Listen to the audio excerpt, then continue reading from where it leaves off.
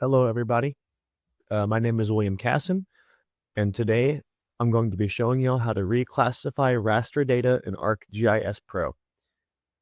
This is more for beginner students. This is kind of a simple concept, but I found it to be immensely helpful. So why would we need to do this? For this particular map that I have displayed right here, we're trying to determine what part of this land is developed and what part is not developed. If you look right here on the left, I actually have all of the various parts of the land categorized. And what we're trying to do is, instead of looking at all these, we only want to know what is developed and what is not developed. Basically, when we want to turn this into a quick yes or no observation. So in this video, I'm going to teach y'all how to reclassify all of this data into just a yes or no, and then how to symbolize it to make it easier to understand.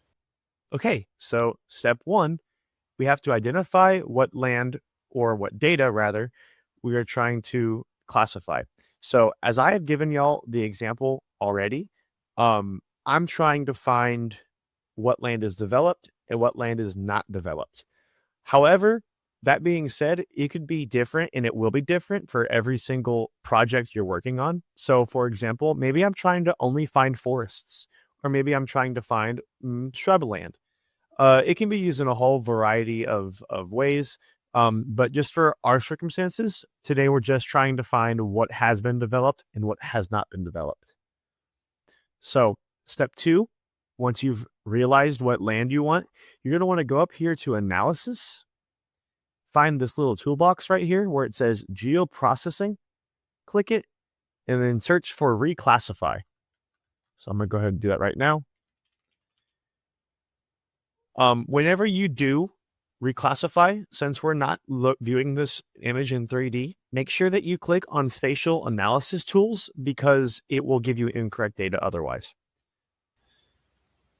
Once you've gotten open your reclassify tool, that moves us on to step 3, which is selecting the correct input raster, reclassification field, and output raster. In layman's terms, input raster is the raster file that you're going to be working with. So in our case, this is Black Hills _ land cover. The reclass field is the data in that raster file you're going to be working with. So for us, that's cover type. And then the output raster is simply what we're going to create whenever we rerun this file. So I'm going to put it in as Black Hills _ binary. Oops, binary. So we got all this data set up. How do we actually run the tool? Step 4 is, again, find that data that you want and reclassify it in the values chart. So as you see here, there's a bunch of different numbers. These represent the different classifications of that raster data. So what you're going to do in this circumstance, since we're only trying to find developed space, I'm going to turn everything else to 0 and the developed space to 1. What this tells the computer is that now all these are going to be lumped up into one category. So instead of having 15, we're only going to have 2. Go ahead and click on the bottom to finish that up. And once you've done all that, go ahead and press Run Tool for step 5.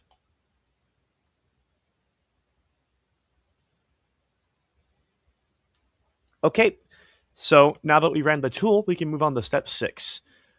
This is already a pretty good example of what we're looking for. As you can see here on the left, the green represents basically anything that's not already developed, and the purple represents anything that is developed. But let's say maybe you only want to see purple here. You don't actually want to care about any of the open land. You just want to see what is developed. You can open up the symbology of it by right-clicking on either of these. For this circumstance, I'm going to go ahead and press No Color. And as you can see, it disappeared.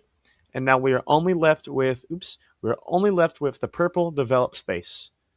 So we took all of this information and compiled it into just 2 categories and then displayed it using our own symbology.